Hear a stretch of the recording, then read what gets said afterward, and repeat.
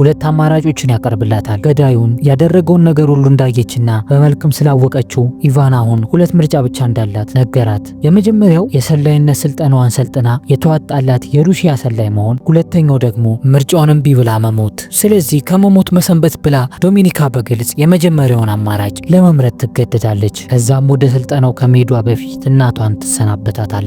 እናቷም ከዚህ አስቀያሚ ህይወት ለመውጣት ያገኘሽውን ሁሉ አማራጭ እና መንገድ ተጠቀሚ ብላ ትመክራታለች። ከዛም የተመደበላት መኪና አንታርክቲካን በመሰለ መንገድ ላይ ወስዷት ግግር በረዶ በሚመስል ቤት ውስጥ አስገባት። ዶሚኒካም ጭልጥ ብላ ወደማትመለስበት ዓለም ውስጥ የመጣች ነበር የመሰላት። የመጣችበት ቦታ ሳይቤሪያ የሚገኘው የሩሲያ ወታደራዊና የስለላ ትምህርት ቤት ነበር። ከመግባቷ በፊትም አንዲት ጎልማሳ ሴትዮ ተቀበለቻት።